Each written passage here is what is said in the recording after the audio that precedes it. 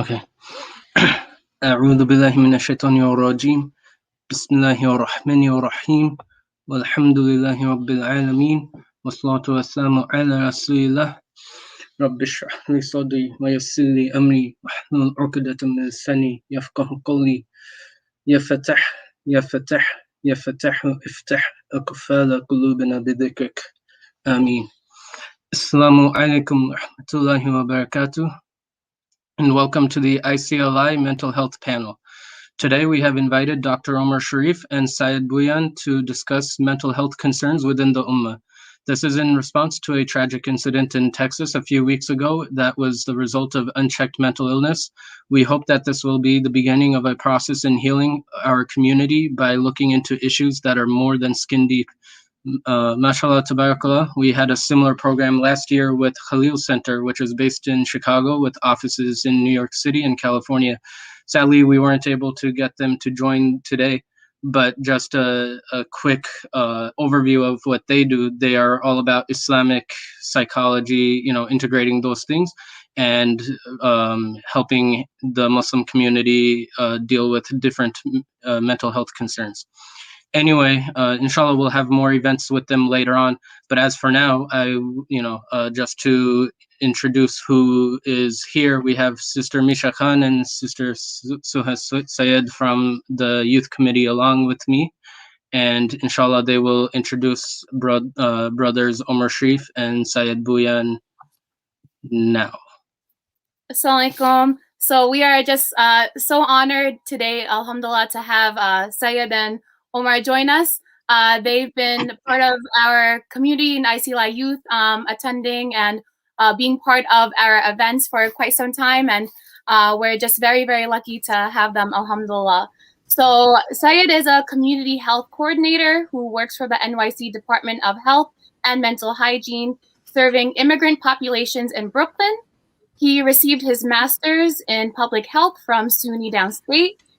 Sayed's passion for mental health developed while he was doing his thesis as he researched mental health stigma within the American Muslim community. He is a certified adult mental health first aid instructor, and is currently working the emergency COVID-19 response for New York City, where he is analyzing the disproportionate impact of COVID-19 in Black and Brown communities and the mental health ramifications this pandemic has had on vulnerable populations. SubhanAllah. And we also have Omar Shareef. He is an MD, MBA combined degree graduate from St. George's University School of Medicine, and is currently a psychiatry resident physician at Nassau University Medical Center, while concurrently pursuing a certification also in adult psychodynamic psychotherapy at Columbia University, mashallah. He is a certified adult mental health first aid instructor and dedicates himself to advocating and promoting mental health wellness and literacy in cultural and faith-based communities. So, Jazakallah khair, Syed and Omar, for joining us today. We are so honored and lucky. We feel very fortunate to have you join us today. So before we begin our discussion, we sent out a form to our ICLI community. And I just wanted to start off by sharing the results of this form. Many of which, the questions, the results are, they vary and they are, subhanAllah, very eye-opening. So first, the people who filled out this form, they ranged in age. 55% of the people who filled out the form were 40 years or older, whereas about 44% were between the ages of 30 and 17, and we had one person who was 16 years old. So the first statement we had on this form was, I think mental illness is a big problem in the Muslim community. 77% of all people who filled this form agreed, whereas only 22% disagreed. The second statement on the form was that I believe mental health is just as important as physical health, and 95% of all people who filled out this form said that they strongly agree, whereas only 5%, they didn't disagree, but they were neutral. The next statement, or the next question rather, 95% of all people who filled out this form said that they know someone with a mental health disorder or illness. So, subhanAllah, 95%. And a little under half of all people that filled out this form, 48%, said that they either had or currently have a mental health disorder or illness. So then the form continued with asking whether the people of the community is aware of the resources that are available to them, and only 30% said that they were.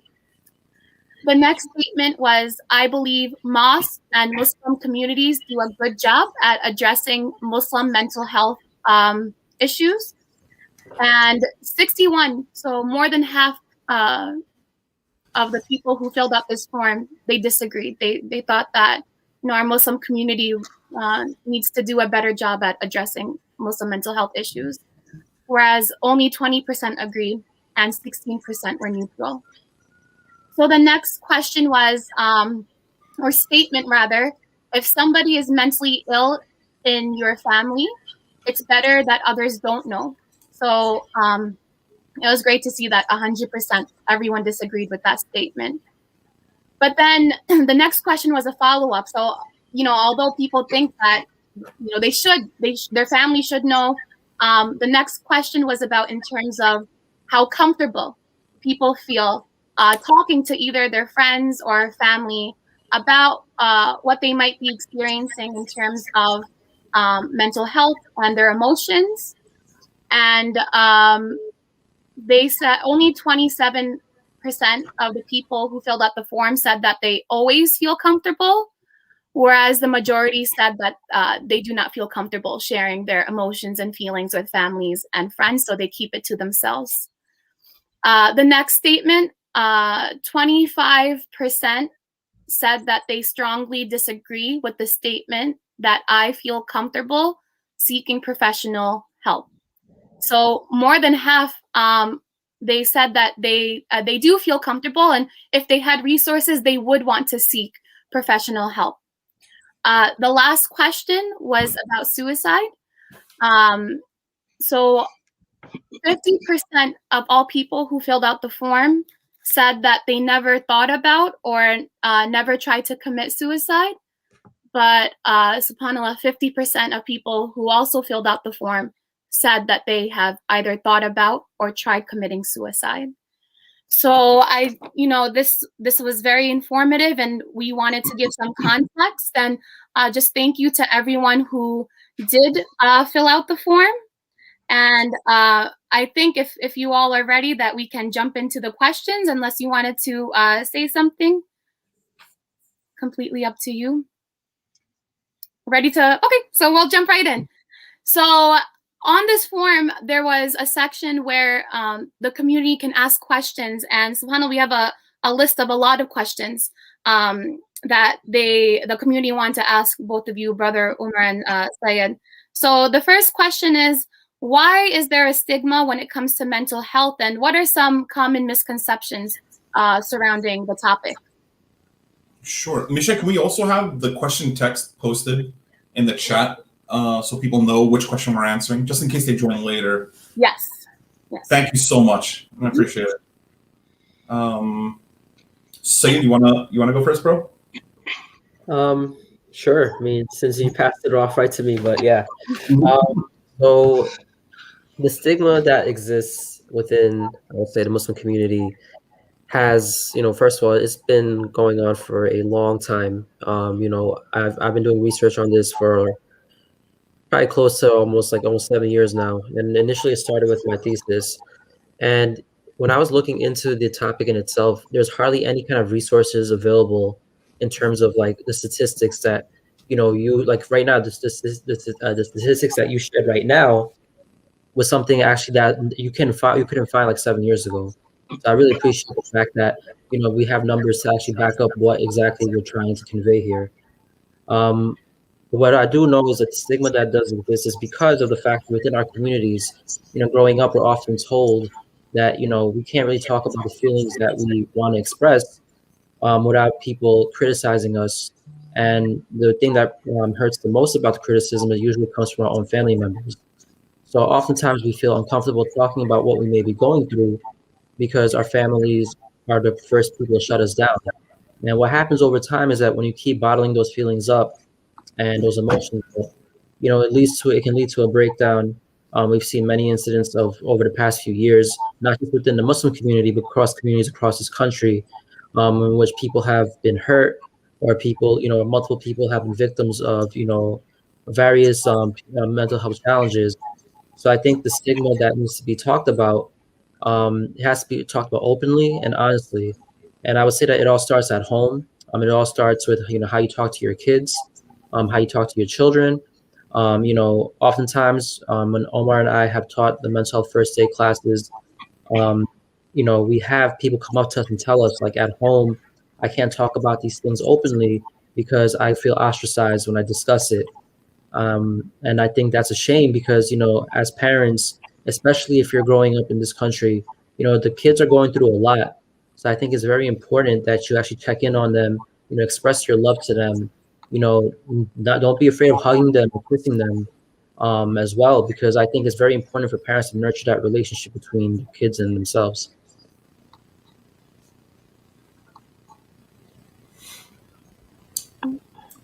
Okay, man. I guess the only thing I would add to that is Said is absolutely on point with everything that he said. It's mental health is particularly difficult when you have to deal with barriers to care. So what we mean by barrier to care is something that makes it more difficult or stops you from seeking that care.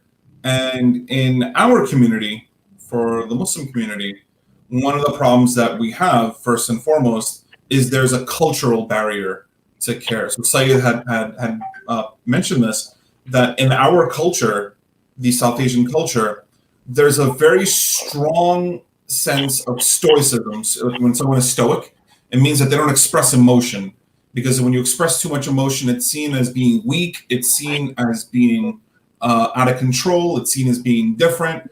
You get judged for it, and people talk about you when you are someone who is emotional or someone who shows difficulty with managing or regulating emotion. And because of this, there is a shame and there is an embarrassment that's attached to that.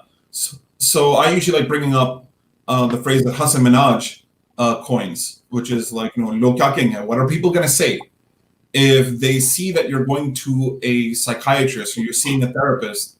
Log kya kenge? What are they going to say about this? What are they going to say about you? They're going to talk about you. There is a real fear of gossip. There's a real fear of judgment. There's a real fear of losing izzat, losing honor, losing prestige, losing status because of this. So as a result, what we do is we silence ourselves. We don't actually seek that help. That becomes a barrier towards us seeking care.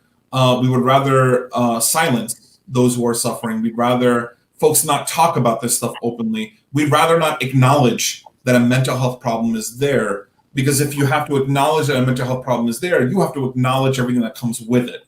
And that means taking responsibility for it, which is something that we as a community, unfortunately, are not prepared yet to do. It requires having a certain knowledge base. It requires having an understanding.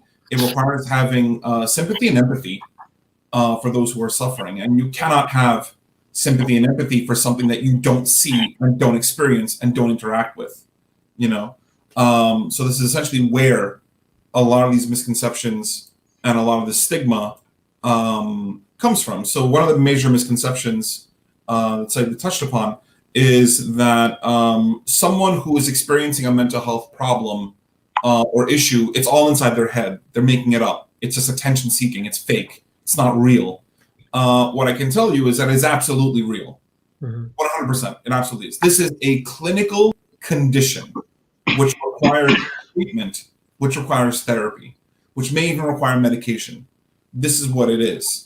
Depression is not just in your head. Anxiety is not in your head. These are clinical conditions that people suffer from. The same way that you would have a brother coming to the masjid with a fractured leg, and you would give him a chair to pray with. You would give him crutches to help himself with. Brothers would help him up in order to pray and then help him out when he's putting his shoes on and leaving the masjid. The same brother who walks in can have a fractured mind and a fractured heart and it's still just as legitimate as someone having a physical fracture. You don't need to see a wound on someone for it to be a legitimate wound. These wounds are invisible. These wounds are psychological. These wounds are emotional, but they are still wounds. It's still someone who's hurting. It's still someone who's suffering. So this is the first major misconception that people have. The second major misconception in our community in particular is that whenever someone suffers from a mental health challenge, this is the result of low iman. This is the result of them being a bad Muslim. This is the result of them doing something to displease Allah. And this goes along with the same line of reasoning that I had before, which is you wouldn't have a sister opening up and saying, I've been diagnosed with breast cancer. And the first response you have to her is, Astaghfirullah, you're a bad sister, you have low iman, that's why you have breast cancer. No one says this because it's absolutely ludicrous to say this. It makes no sense at all. You wouldn't have a brother open up and say, last night I got into a car accident. And the first response is, that's because you missed Fajr last week. That's why you got into the car accident. No one says this. No one judges this way. But for the person who opens up and says, I'm suffering from depression or I have anxiety inside me, the first response we come to is go read Quran, go pray more, go make more dua. We prescribe a spiritual solution to a psychiatric problem, a psychological problem. You wouldn't say that to the sister with breast cancer. You wouldn't tell her, here's a Quran, this will treat your cancer. No one says that. No one does that. You tell that sister, please see a doctor. Please see an oncologist. Please talk to a doctor and get help. We will help you. We'll make dua for you. We'll read Quran together. If this helps you to do that, we'll help you spiritually. But no one ever tells her, don't see a doctor, don't seek help. Unfortunately for mental health, we don't have that. It's almost as if we throw that away. And our first solution is a spiritual solution. Now, can spiritualism help? Can reading the Quran and making dua help? Absolutely, 100%. But just like in the case of breast cancer, just like in the case of a broken bone, that's not how you treat it. That's not the primary treatment for that. So do keep this in mind when it comes to mental health. It's a major misconception people have about this. If you are suffering from a mental health condition, you need to seek treatment. You must seek treatment. The solution is not purely spiritual alone. It's not. So those are my 2 cents on the first question. Great, alhamdulillah, because as someone who's been working with kids 18 and younger for almost 10 years, we see the youth bringing up these issues of not being able to connect with elders or parents, and that they are experiencing mental health issues, but they feel like they cannot share that because, like you were saying, Omar, that parents or elders might just be like, read the Quran or pray more. So there's a huge disconnect when it comes to our youth and the older generation when it comes to these, addressing just mental health. And that leads us to our second question. So, Fatah, you can go ahead. Okay. How do you recognize someone who may be struggling or masking, struggling with or masking mental health issues? And how do you approach them about it to let them know that you're there? How to be there for someone if they are experiencing a period of difficulty like depression, anxiety, whatever, especially for young kids and the elderly. How can we support our relatives and friends who struggle with anxiety? Oh, okay. So I guess I'll take this, Omar. You can jump in. So I was going to say, like, when it comes to signs for like depression and anxiety in particular, it will be pretty easy to notice exactly what's going on, especially if it's long term. Maybe, oftentimes, you can see somebody, they may be sad for like a little bit, but, you go up to them and you ask them, like, yeah, I'm fine, whatever, don't worry about it. But then if you let it, grow over the course of time, then you slowly start noticing that maybe this person is going through something. For example, some examples might be they might not be leaving their room, they might be talking to people less. They might be, not eating as much. They might not be sleeping as much, or they might be sleeping all day. For every person, the signs of depression and anxiety can look very different. And I think that it's important that if you are someone that's concerned about a family member, always try checking in with them. And also, like what Omar had mentioned for the first question, don't threaten them or weaponize religion in an attempt to try to reach out to them, because oftentimes what that leads to is that person being pushed further away. And when you do that, that person starts looking for help in other ways. They may, instead of reaching out to you, they may start reaching out to like other people that they may not be, that not even other people, but other forms of medication, like self-medicating themselves through alcohol or drugs. I mean, these are things that can happen the further we push our community members away. And I think it's very important that we acknowledge that, people can have bad days. Not everyone is going to be happy all the time. So I think for all of us, especially for, within the communities that we serve, we often get very, we often criticize somebody for, being to themselves or not even not understanding why they're being this way. And I think, as Omar had mentioned earlier, being empathetic and coming from a place of sympathy can go a long way in getting people to open up to you.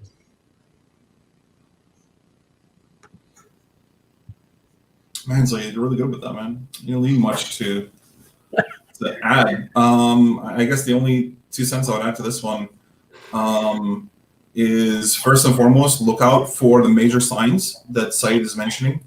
You want to see someone who no longer does what they normally do. You want to see a pattern of behavior changing. And the 3 major things that affect this, first is someone who is suffering from a mental health challenge versus a regular human emotion. So how do you tell the difference between someone who is sad and someone who's depressed? How do you tell the difference between someone who is simply just stressed and someone who has anxiety? The difference between a lot of these is that someone who suffers from the actual clinical condition will have 3 aspects of their life impacted. The first is going to be their inability to work or their inability to study. You're going to notice that they're either dropping classes, not paying attention in class, their GPA is like out of whack, they're not able to focus on their work, or they're not able to focus on school, their problems at school or their problems at work. The second thing you're going to notice is that there are issues and problems with their relationships. So this is like friendships, family relations. You'll notice that they're either more withdrawn, or they're behaving more erratically, or their personality is off. You're noticing changes in their emotions, changes in personality, changes in attendance, changes in the way they're presenting themselves, or they're withdrawn. You're not seeing anything. They're not responding to texts. They're not coming out. They're not talking. They're not engaging. So that's the second major thing that's affected. And then the last major thing that's affected is what we call ADLs, which is activities of daily living. Their ability to take care of themselves is affected. So if someone were to ask, well, how do I know if I'm sad or if I'm depressed? Sadness is a very normal human emotion. We all feel sadness, but at no point does sadness stop us from functioning. This is where sadness now becomes depression, where you're no longer sleeping, or you're sleeping too much, or you're not bathing, you're not eating, you're not grooming. Your body is deteriorating as a result. And it's not that you don't know this, you do know this, you just don't care anymore. You don't have a drive, you don't have energy, you don't have the means to take care of yourself. So these are the 3 major things. Sayed touched upon a lot of specific symptoms, but these are your 3 major general patterns to look out for a red flag. When you see these red flags in yourself or a family member, this is when you need to start asking questions. You have to ask, are you okay? Are you holding up all right? What's bothering you? What's affecting you? How can I help you? And if you feel that it's beyond your scope to help them, that's when you get them to professional help. That's when you bring them to a counselor, a therapist, a psychiatrist, or a doctor in order to get them professionally evaluated at that point. I would just add one thing to what Omar had to say is also, if a person pushes you away when you're trying to help them initially, I think, it's okay to let them, have their space. So let them have the space and approach it again from a different perspective. I think another thing that we also have to understand and realize what triggers a person to feel this way, so that we can be respectful of that, so that when we do approach them, we approach them competently and not just rushing into them and saying like, you need this help right now. That oftentimes that doesn't work. Sometimes you have to give people the time and space in order to make sure that they themselves are ready to get the help that they need. Yeah. Right. I think that's that last bit is so important. Just looking at a comment that we got from a sister who mentioned her son with anxiety and depression. So I think a lot of family members, parents, even siblings, like they want to be there for their loved ones who are experiencing these emotions and they don't know how. So I think, like you said, Sayed, like knowing when to step in, when that person needs some space, and when to seek professional help. It's all comes into play when addressing these issues. Mm-hmm. Yep. So the next question that we have, of course, there's a huge stigma when it comes to mental health.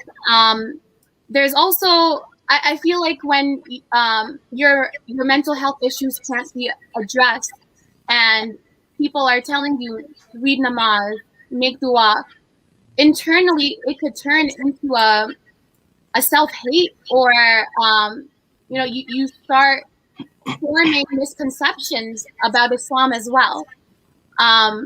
It's no one's fault, but it happens. So this next question kind of has to do with that. The next question that someone asked was, how can you maintain mental health when the religion is anti-mental health? The Quran just threatens punishment again and again. The descriptions of hellfire are horrifying. I've seen videos of people burned alive, and Jahannam is worse than all the gore on the internet. We have to repent for being basic humans nonstop. We always have to believe that we are wrongdoers. It's so much stress and anxiety on top of our difficult lives in the West. So how is this related to mental health? I think this is I just want to give an example. I was talking with a sister and she said that, she was told, she's someone who has anxiety and OCD, and she was told by someone that if you don't make wudu correctly, you're going to go to hell. And she said, Misha, I literally would spend 30 minutes in the bathroom making sure that I make wudu correctly so that I don't go to hell. So they were really interested to see what you have to say in terms of that question. I think, yeah. Omar, you want to go first, or? Sure, I can go first. So my heart goes out to the person asking this question, because it's a very heavy question. It's a very loaded question. And two, there's more than just a mental health problem here, So the way I like looking at it is if I were to draw a circle for everyone right now. So I'm drawing a nice circle on my screen. My finger's off, but I'm drawing a circle and I'm cutting my circle into 4 slices. So there's 4 parts of the circle that you see. So 25%, 1/4 of your circle is your physical health. 1/4 of the circle is your mental or psychological health. 1/4 of the circle is your social or relationship health. And then the final 1/4 of your circle is your spiritual health. And so looking at this kind of question, I see someone who has a wound in 2 areas of his circle or her circle. The first is the psychological pain that I'm seeing here. There's a great deal of negativity. There's a great deal of guilt. There's a great deal of shame. There's a great deal of weight being placed on them. That this is too much. This is too burdensome having to deal with all of this. And then the outlook is pessimistic. So that's the psychological component of it. And then there's the spiritual component of it, the other part of that circle that I just drew for you. And in this case, this is a spiritual crisis. This is a crisis of spiritualism, and this is a crisis of mental health. It's both. So I don't want folks to look at this question and to purely think that this is only just a spiritual problem, like a spiritual problem here needs a spiritual solution. It's both. Both need to be here. The important thing about this is when someone is suffering from a spiritual wound and a psychological wound, it requires a more in-depth treatment. So this is not a treatment where you simply drag them to therapy and then everything's good and fine. This is also not a case where you drag them to an imam and everything's all fine and dandy. It doesn't work that way. The way this works is you have a mental health professional hold one hand and a sheikh or imam hold the other, and together, coordinating, we bring someone like this to healing, both psychologically and spiritually. Shuyukh, imams, muftis, spiritual authorities, Islamic authorities, they are doctors of the soul. And for myself, I am a doctor of the mind. In this case, the person asking this question is hurting in their soul and also hurting in their mind. Both are required for this. So a lot of folks will look at this kind of question and judge it by saying, well, this person doesn't grasp their deen, or this person doesn't understand their deen entirely. No, there is a great grasp on their deen. There is a fantastic grasp. This fear and this weight comes from a deep longing for them wanting something different, but they don't see it that way, you know? And then also, there's a great deal of negativity here. The first question is, how do you maintain mental health when the religion is anti-mental health? Islam is not anti-mental health. It never was, not at all. Muslims can be anti-mental health, but that doesn't make the deen anti-mental health. Allah subhanahu wa ta'ala makes it very clear that He has created a treatment for every single illness except for one. And the one condition for which there is no treatment, there is no cure, is death. But for everything else, Allah subhanahu wa ta'ala has created a treatment. And that includes mental health. Allah subhanahu wa ta'ala would not afflict the mind with something and then not have a treatment for it. It doesn't work that way. Allah subhanahu wa ta'ala very much has. So the religion is not anti-mental health. It's very pro-mental health. Islam and your mental health are one and the same. The same way that it's important that your body has rights over you, your mind also has rights over you. Everything that Allah has given you has rights over you. And it's important for you to take care of that. So in pursuit of helping your mental health, you are bettering yourself as a person. Consider it a tarbiyah of the mind when you go to therapy or when you go to counseling. Ultimately, it's helping both your spirit and it's also helping the mind too. The second is the negativity in the question. I do want to briefly address that, which is that, yes, there is mentioning of punishment in the Quran, but the Quran also has numerous mentions of Jannah also. It has numerous mentions of Allah's bounties. It has numerous mentions of Allah's mercy. And the important thing to notice here is that whatever mental health condition you may be suffering from, whether it's depression or anxiety, bipolarity, maybe it's psychosis, substance use, addiction, trauma, it doesn't matter what it is. Your mental health affliction is not more powerful or stronger than Allah's ability to treat it. It's not.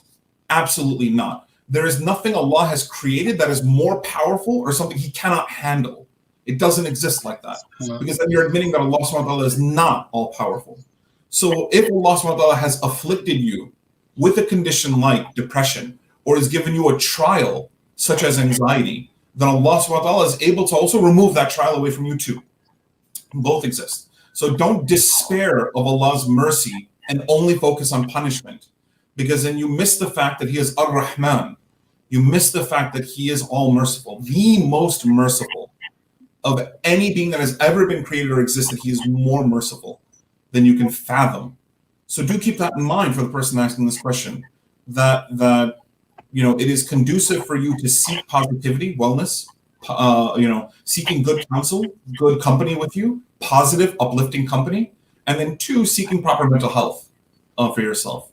So that's what I'd recommend, inshallah. Please make sure you seek out spiritual help for the person asking this question, and please DM or message so we can help connect you to mental health as well. I hope, inshallah, that helps address this question. Can I chime in for just a couple seconds? I know the panel is about you guys, but in terms of the whole combining the approach of the imam and the therapist, for anyone who's looking for that, like I mentioned earlier, Khalil Center, they do that. Their whole thing is Islamic integrated psychology. They have a resident scholar on board, Maulana Bilal, I believe is his name, and they have, therapists who have trained in various degrees. So anyone who is looking for resources, I think someone is mentioning in the comments, Khalil Center, they would be a very good resource to go to. I don't know if they're doing anything in person yet, but they have, you can go online, you can get like video chats with the therapist, you can set up an appointment on a weekly or bi-weekly or, whatever you and the therapist sees fit. And, they handle it from a mental health and a spiritual perspective. Thank you for that out there. KhalilCenter.com for whoever is looking for a website. I just wanted to add one thing, Omar, real quick, before we go on to the next question. Just looking at the context of that question, you can feel the pain that is in that question. And I just want to acknowledge that. And if that person is listening to this live stream, a part of me just feels like it seems as if, Islam was weaponized in a way to this person, in which it was like it has left such a mark on that person that they ask such a question like that, with so much negativity built into it. But even if you were to approach that person with negativity about the religion, it would still take a long time for them to actually, you know, I guess like tear away from whatever that they're feeling right now. So what Omar had mentioned about how you need a psychiatrist and a sheikh to help you out along the way. You know, I totally agree with that. I also want to acknowledge that whatever pain that this person is going through, you know, I can't imagine how difficult it has been. And, you know, I applaud you for, you know, having the strength to ask this question, because oftentimes many people, what they do is they just suffer in silence. And I'm glad that this question was asked. Mhm. Thank you, Saeed. Alhamdulillah. Fatha, you can move on to the next question. There are some, you know, just first of all, like Syed said, being able to ask a question like that instead of holding it in, it's so important. But then there's also, on the other hand, topics and certain issues with that parents they don't know how to even address the issue, and they feel like because it's a taboo topic that they can't necessarily reach out to the community or to even people that they know. So I think it's just so important, like you both said, for you know, the mental health expert to work together with imams, muftis, Islamic centers. So that leads us to our next question, Fatha. Yeah, you're a much better person than me, because I would have just jumped right into the question. I'm not good with those kind of intros. Anyway, so the questioner, they ask, Salam, I am a Muslim parent, and I recently found out that my adult child is bisexual. How do I find a support group for Muslim parents dealing with the same issue? I am feeling alone and scared and don't know what to do, as I can't tell my family or friends. All right, again, so, you know, I really appreciate the question. I think that it's important that we actually, as you mentioned, Misha, about, you know, stuff being taboo, if we really want to acknowledge that these things happen in our community, we need to start talking about these things as well. You know, as Muslims, we have the expectation that these type of things don't happen in our community, but let's be real, this happens in our community just as it happens across other communities across, you know, different spectrums. I think that the question itself, like when the person is talking about feeling alone and scared, which I totally understand and get, I also want to flip the perspective, and the person who opened up to their parents about that, they too also feel alone and scared having to talk about this as well. So like this is not an easy topic for anybody. You know, I myself, as an example, when we were teaching mental health first aid classes, I've had, you know, Muslims come up to me, a couple of them who have said that they have struggled with feelings for the opposite sex. And you know and the thing is, like, you can't shun these people either. Because what happens then? Then they get turned away from the religion. And I think oftentimes, you know, we are so quick to pull the trigger on pulling the card of Jahannam, but we never try to figure out, like, hey, what can I do to help this person to get the support that they need? You know, this is a topic that our community has buried for a long time. And oftentimes what happens is that, you know, when a parent finds out, or when a child finally opens up to a parent about what they're feeling, because of the upbringing, because of what they've gone through, oftentimes, you know, there's a lot of dishonesty in that relationship, and it causes a lot of friction between the parent and the child, and it leads to a lot of drama that just could be avoided if parents allowed their kids to talk more openly with them, or parents provide an opportunity for the children to open up to them as well. We don't know who this person is who asked this question, but I want to ensure that we acknowledge, you know, their pain in terms of what they're feeling, but also acknowledging the pain of the child for going through what they've been going through for who knows how long they've been holding it in. Absolutely. It's a very difficult topic to talk about. You know, this would require, like, this question alone is literally its own event and its own entire discussion. Just touching upon this topic alone. And this topic requires multiple perspectives, not just the mental health one. You know, but it's unfortunate because this topic touches upon sexuality. and orientation, which is not a conversation we have in our community. And this is unfortunate because this question results from that lack of conversation, because we don't know how to address it. We don't know how to deal with it. When the only tool we have is a hammer, every problem looks like it can be solved by just hammering it. Every problem looks like a nail. So we look at this problem, we think to ourselves, okay, this is an easy solution. Just drag this person in front of a sheikh or an imam, get them to renounce it, and we're good. We're gravy. Everything's great. It doesn't work that way. Like Saeed mentioned, there's a deeper communication dynamic that is at work here that is resulting in this question, this parent opening up about their pain, about what they're dealing with, about their inability to cope or grasp with what is happening here. And I'm willing to bet the child also has their own story that they need to tell, that they need to talk about. So for this particular question, my honest suggestion for this parent asking this question is I would strongly recommend getting a family therapist, an LMFT, licensed marriage and family therapist, and actually having a therapy session, multiple sessions where you and your child sit together and communicate with a third-party mediator between the two of you in order for your child to express their narrative, their story, what caused them to make the decision, what circle they're in, what led them up to it, have them fully express and explain themselves, and have you listen non-judgmentally. And then for the counselor to allow you as a parent to express your concern from your perspective. What's worrying you? What's bothering you? How do you navigate the emotions that you're feeling internally? And it's a lot of conflicting emotions that you have inside of you. In this particular case, it's not an easy one emotion, two emotions. There's a battle inside of you right now. Your heart and your mind are battling each other over what you're feeling. So this is an important thing to navigate through, and it's going to require very, very delicate attention, professional attention in order to help. So my recommendation, inshallah, is if you could please send a DM or to send a message. We can give you a few recommendations for Muslim family therapists that we can connect you with in order to help start this conversation for you. There's no solution we can give you. The solution lies in rebuilding that connection, rebuilding that conversation, and reconnecting your communication with one another. And then from there, building a foundation from which the two of you can work together harmoniously. Whatever the solution may be in the end. But that would be my recommendation for the person asking this question. And just like Omar had said, I mean, I am completely against shunning people and like leaving them, while they're alone in this kind of position. Just to give a quick example, I had somebody come up to me a few years ago and confide that they had feelings for other men, and they were struggling with it.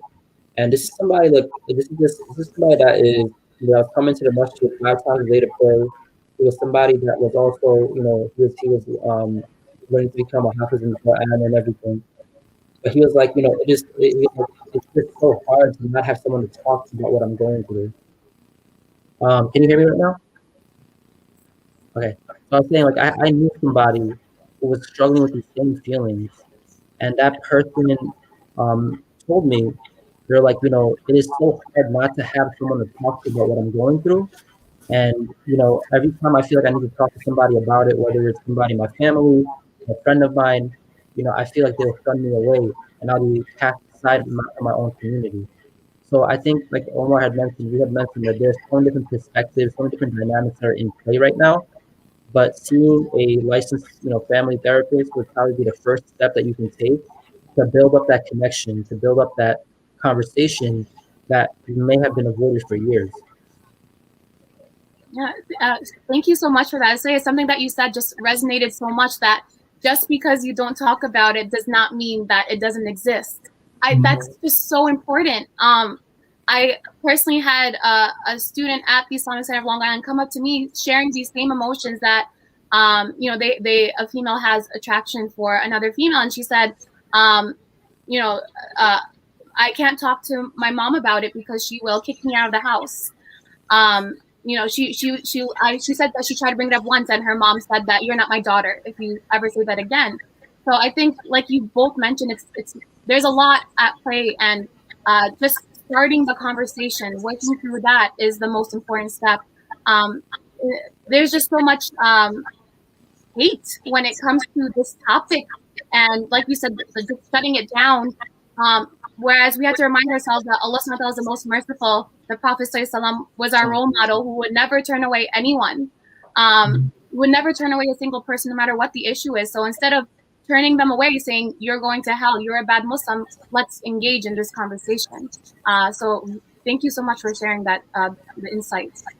Our next question is, if you know someone who has a mental health issue, and this mental health issue is causing the person to feel hopeless and powerless, but they won't take the steps towards improvement, what do you do? So we acknowledge that there is a mental health issue to begin with, and you want to help the person, but the person is not willing to help themselves. So what do you recommend? You want to start, Sayyid, there? I mean, this is something that I think that we've contended with for a while in terms of just, you know, people who are afraid of seeking the help that they need, even though they know that they need it. You know, oftentimes we have to push people to seek, you know, help for their betterment. And unfortunately, it doesn't work the first time, as I had mentioned earlier. But sometimes you have to keep pushing someone to get that help. Because, you know, that person may acknowledge that they have challenges that they're dealing with, but at the same time, they may not be ready to go for treatment. So I think that being on top of them, obviously not being helicopterish, you know, you want to make sure that you give them their space, but you also want to make sure that you acknowledge that you're seeing how they're progressing. And if you see that they're getting worse, then, you know, you could seek professional help yourself. But if you feel like you're at a steady pace, where you think that you know, that they can hold off on getting that help, which we don't recommend, obviously. But obviously, everything has to be at the pace of the person who's going through the struggles that they're facing. I would never want to push somebody to get the help that they need.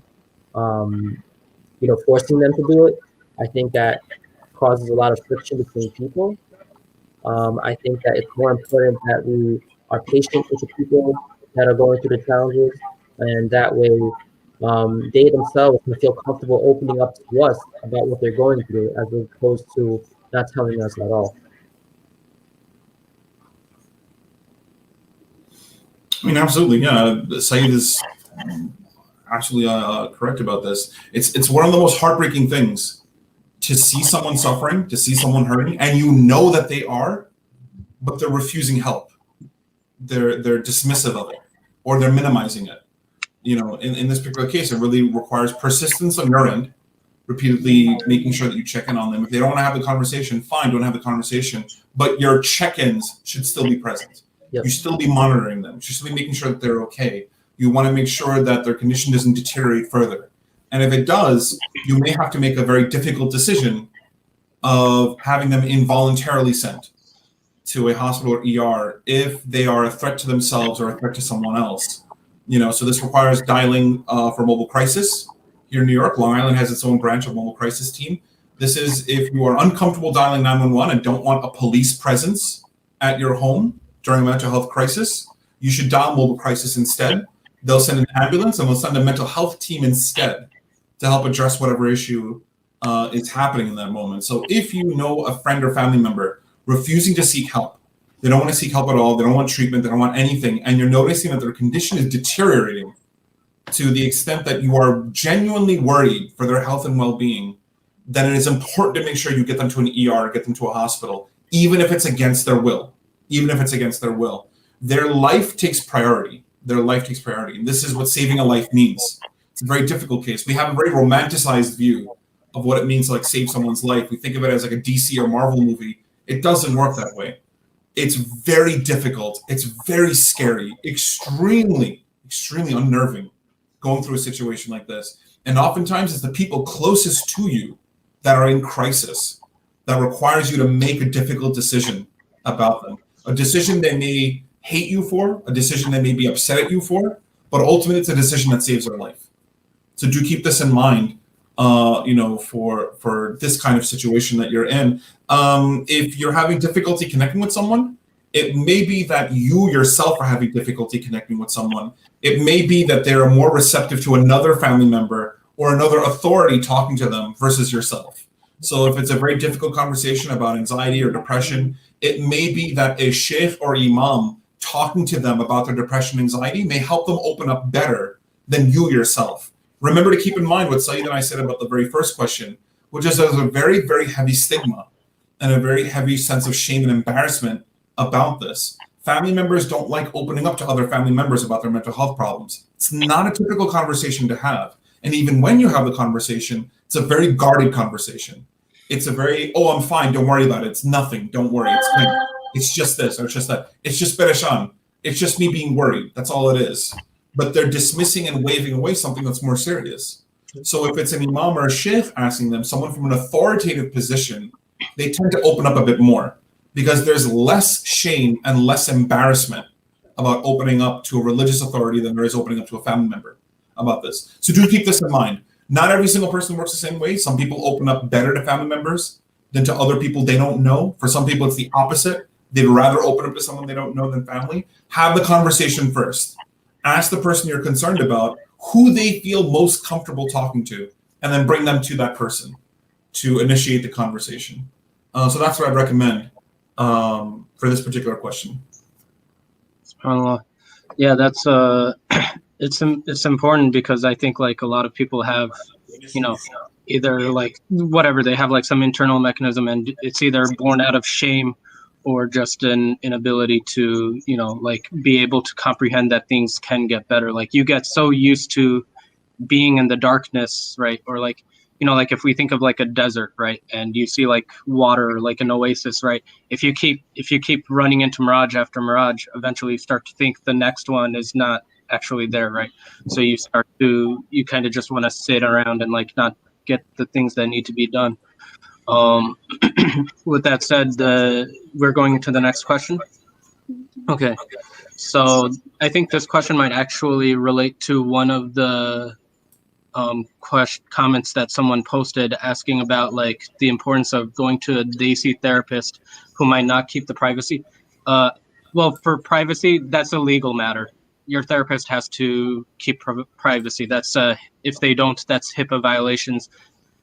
So that should not be the concern itself. I think the real concern should be probably if you can relate to the therapist, right? You guys would probably agree.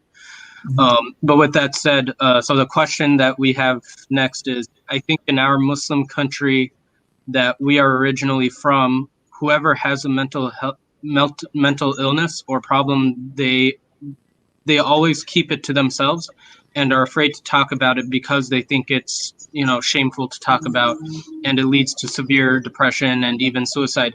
Compared to the US, I think they have more knowledge and they are not scared. They are not scared to share it. Do you agree? Short answer is yeah. I mean, I know that we're also pressed for time as well, but yeah, I mean,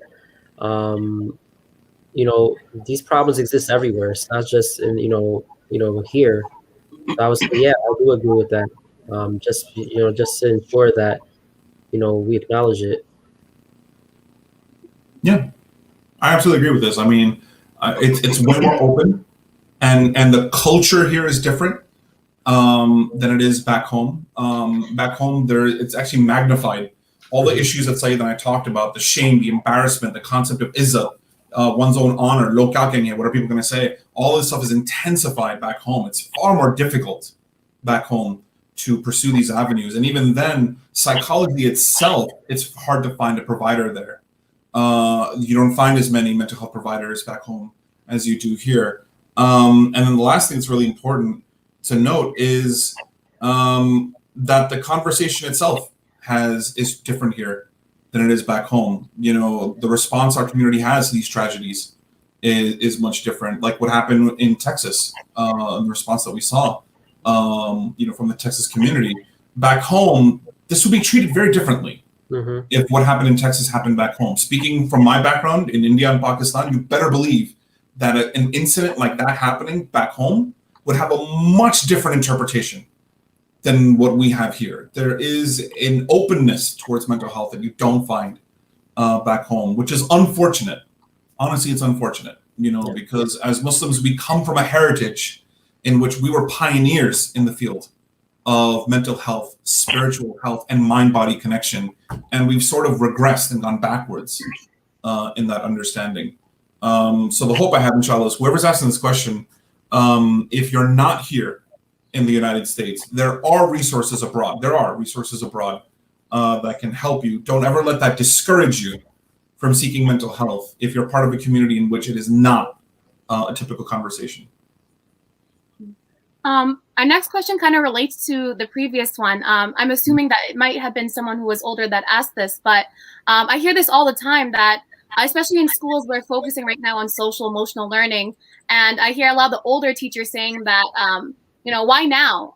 This didn't exist 20, 30, 40 years ago, the whole topic of mental health. So why do you think there is a greater need for mental health care now compared to maybe our parents' generation or before? I mean, this is the same conversation that we have in literally name a medical field, and it's the same exact conversation. You can ask the same question of how come in the 1800s there are so many infections and deaths after surgery, but now relatively no one dies after a simple surgical procedure.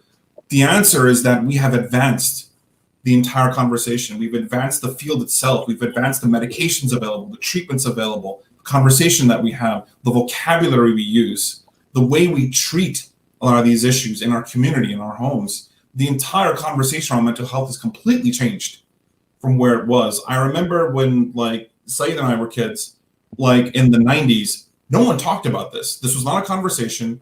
I never remember seeing mental health events in the masjid or mental health related topics at Jummah khutbah. I don't remember anyone talking about these sort of topics and issues.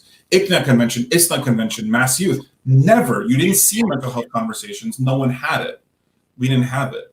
Yeah. It's only more recently, over the past, I'd say, decade and a half, that you've seen this become a more prevalent conversation. And I think the reason being, like the question is asking, why is it so different now? It's because it's more open now. We're actually talking very openly about this stuff. People are opening up more about it. And it's not just the Muslim community, it's the general American, the Western community in general is opening up more towards mental health. And the Muslim community, because we're part and parcel of this, we too are opening, albeit slower, with a lot more resistance, but we are still opening that conversation. And the most heartbreaking thing is that mental health didn't magically come into being over the past decade. It has always existed. Mental health challenges, mental illnesses, mental health conditions have always been there. It's just our understanding of it is much better now than it was back then. For my parents and my grandparents, they don't even have the vocabulary to describe what they were going through. They were very much going through mental health problems and issues. Believe me, every single one of us on this panel can tell you that our parents have a lot of problems and issues, emotionally and psychologically, that they fought through back home and here. But it's not a conversation piece. There's not a label. There's not a diagnosis. There's not a treatment. There's nothing for it. For them, it's simply acknowledging that there was difficulty. That's literally it. Mm-hmm. That's the conversation starter and ender for them. Yeah. So for my parents, my grandparents, you better believe it. They did struggle and suffer tremendously back home. But there wasn't a word for depression. There isn't a word for anxiety. Schizophrenia doesn't exist. It's not a thing back in their generation, back in that time. So that accounts for the differences in attitude and perspective towards mental health. Yeah, I think there's also there's a book actually called The Happiness Trap. I think a lot of psychologists, they mention it, and there in the book it mentions it kind of goes over this if you look at for example in ancient or medieval times, and you think there's no cases, that a part of it is it's also the way we're connected, right? People have been professionals have been saying that in this age of social media and internet access, we're emotionally not connecting with people anymore. You're not living next door with your buddies anymore. And for a lot of people, it's you go to work, you go to school, you come home, you sleep, you eat, and that's it. So you're not getting that emotional connection, and that's where the role of the therapist comes to try and, help you bridge those gaps, right? So with that said, the last question is, what do we do to improve within the community or to address and help those with mental health issues? So basically, what steps should we take moving forward? So there are actually a lot of steps that can be taken. That's a pretty loaded question in itself. I do want to implore, especially, communities or massages that have money and resources, to start spending it towards mental health resources within your own communities. And what I mean by that, there are many masjids around this country that have invested in social services for their community members. One in particular is the Adams Center in Virginia. We actually were at a presentation, Omar and I. This was back in was 2018? No, 2019. This was in Phoenix. The Adams Center was presenting, and she was a social worker, and she talked about how the masjid hired a couple of social workers to help the community have the ability to access mental health resources. And she said whatever wasn't in her scope, she would get people referrals to see a therapist or a psychiatrist. And I think that it's important that whatever money that you're investing towards, like, you can invest money towards like the gym, you can invest money towards like youth activities, but you need to allocate money and resources to these kind of mental health challenges as well. If this means that you need to have a therapist come to ICLI twice a week and have them take appointments like after 5 p.m. where the parents can get off work and the kids can also home from school, then this has to happen. Certain massages in New York City have done it. They have counselors that come in the evening to talk to community members. I think especially in a place like ICLI, when you have the resources available, why not take those resources and put them towards the ability to make your community better? Because me and Omar have done a lot of these mental health first aid classes in New York City, and we can tell you which communities have the money and can afford to do these things and which communities can't. And the communities that can't, they're often trying to be the most active in terms of trying to do what they can with the resources that they have allocated to them to help their community members, right? But the communities that have the money and that have the ability to do this, instead of sitting or spending money on extravagant projects that may take years, this is something that you can do right now. Like, you can literally put a job posting up for a therapist for like 2 or 3 times a week at the masjid, and I guarantee you'll have people reach out to you and say, yeah, yes, this is something I want to do for my community. Whether you want a Muslim therapist to come and do the work, or you can have somebody from the outside come in and do it as well. Because bear in mind, I know that the popular things for many people is that I want to see a Muslim therapist because they understand me better, which is possibly true. But oftentimes, a lot of these therapists that are currently in the fields that we're working in right now, most of them are very culturally competent. They know exactly what is going on within these communities. And sometimes you may feel more comfortable talking to them, because I think that person had mentioned that, what if a Muslim therapist talks about my problems, or what if I know that person and they know other people in the community? And that may cause even more anxiety and, tension that you may not want to feel. So for me personally, the most important thing is, if you have the money and the resources, allocate it towards mental health funding for your masajid, for your community, because the more of a presence that you have of these things within your community, the more likely you are to normalize normalize the topic of mental health and normalize the challenges that come with it. Because oftentimes, if a therapist is within that community, they themselves can present to the community the findings of what they've discovered while talking to members of the community.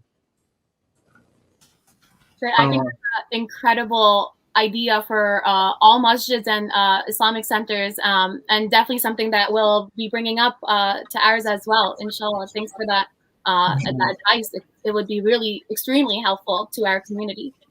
Yeah, and I think we're also, inshallah, for those who are interested in continuing this, you guys we mentioned that you guys do the mental health first aid workshop. So, inshallah, we're going to coordinate that. If you guys have a moment and you want to just clarify what that's all about, so that people have an idea beforehand, what they can expect if we're able to pull that off. Yeah, Omar, did you want to add to anything I have to say? Oh. No, not at all, man. You it's a fantastic thing, man. You and Michelle covered it beautifully. All right, just making sure. My bad, didn't mean to cut in No, there. no, it's all good. Nah, man, you're good for that. Don't worry, bro. Good. Good, man. But yeah, Omar, if you want to talk about the mental health first aid classes, that'd be great. Sure. So mental health first aid, or MHFA, which is the acronym, is sort of like CPR. So if anyone's ever taken a CPR course, the expectation is that you are not the one there rendering treatment. You're not the one there performing surgery. You're not the one there being a doctor. You're not doing any of that. Your job is a very simple job. Your job is to see a crisis, recognize red flags, perform just basic support and help until a professional actually arrives and then takes over from there. Mental health first aid works the same exact way as CPR. Your job is a simple one. The training that we have equips you with basic knowledge and understanding of mental health issues such as depression, anxiety, trauma, PTSD, panic attacks, substance addiction, how to handle an overdose, psychosis, schizophrenia, bipolar. It gives you a crash course on all of these, allows you to recognize red flags, signs, and symptoms, how to properly address and talk to someone who may be in the midst of a crisis, and then how to refer them to a professional to get them help from there. That's pretty much the gist of mental health first aid in a nutshell. It's an 8-hour training course, and I know that everyone gets really taken aback when they hear 8 hours. How are we supposed to do that? What I can tell you is that Saeed and I have been doing this for 5 years. We've been teaching this course.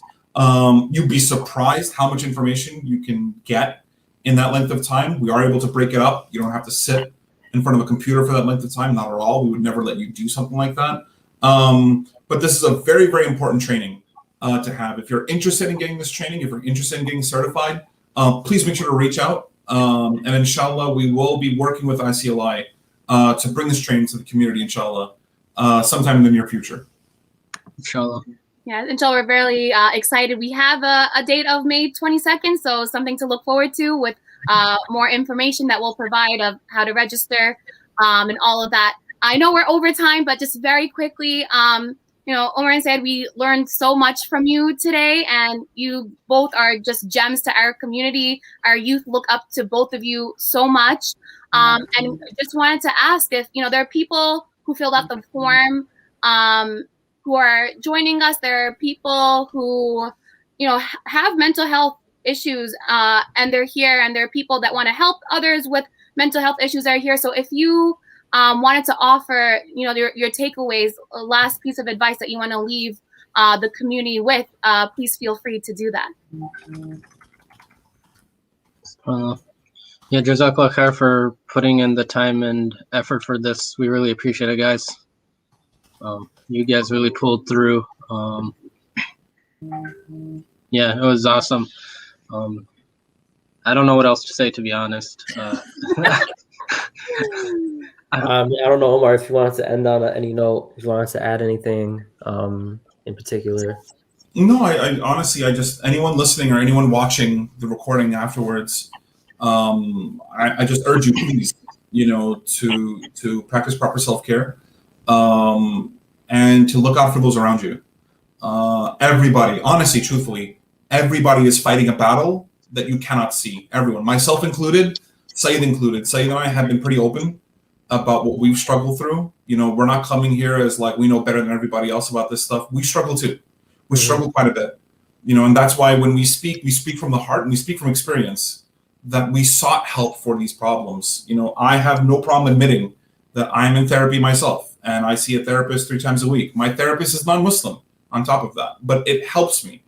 Therapy for me has been a huge help for that, so I'm very open about it. I think it's important for people to seek that out. I would strongly encourage it for anyone listening. If you're having difficulty reaching a provider, or you don't know how, or you're unsure about how to navigate this process, please, this is what we're here for. Please, please, please make sure to reach out and connect with us so we can help refer you, if need be, to any resources in the community or folks that are around us. There's so many Muslim mental health providers here in New York, mashallah, so many more than just Saeed and I, who are able to help and assist.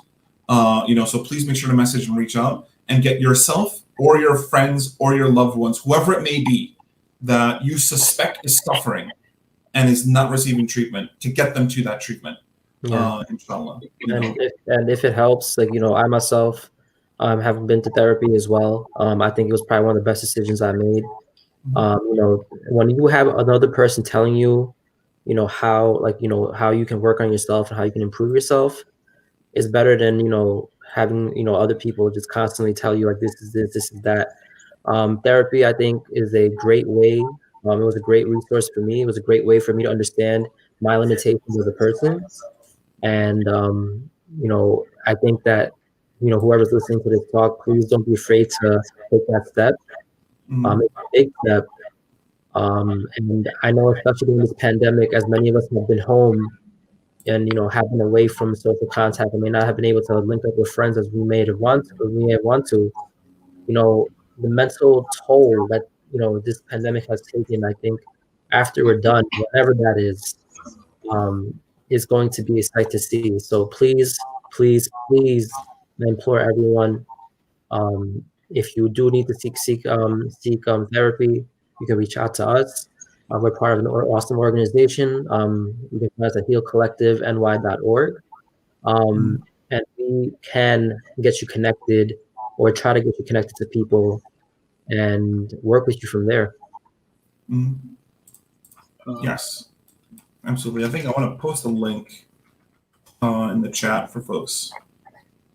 It's actually funny because I'm just thinking back to your comment about like how we romanticize it, right? You were mentioning like the DC and Marvel movies, right, Omar? And it's just, as someone who's also struggled with stuff and knows people who struggled with it, like, I think it's also important, like, we understand, like, it's a difficult process. And a lot of times you're going to hate it and it sucks. And you don't want to, there are times where you just kind of want to stop and quit and give up. But that itself is part of the process. You have to, take those steps. You have to persevere. That's how you're going to grow and improve, so. And, it just all starts with having the conversation. And we're just really, again, thankful to have the two of you here with us to begin that conversation. And inshallah, we will continue the conversation. And we're really excited to have the mental health first aid event as well, inshallah, May 22nd. So just, again, can't thank you enough for joining us today. And thank you for all that you do for the Muslim community, for every community. We look up to you a lot. Thank you for joining us today, and inshallah to be continued. And we'll post, both Omar and Syed's information in the chat, because there were some questions that we weren't able to get to. We could talk about this forever, but we do have to, unfortunately, put an end to this conversation. But again, just to be continued, inshallah. So thank you so much. Jazakallah khair. Thank you guys so much. I appreciate it. Thank you, Fatah, for inviting us. For putting this together. Inshallah, we'll be seeing people soon. Inshallah. Thank you guys. All right, man. Assalamu alaikum. All right,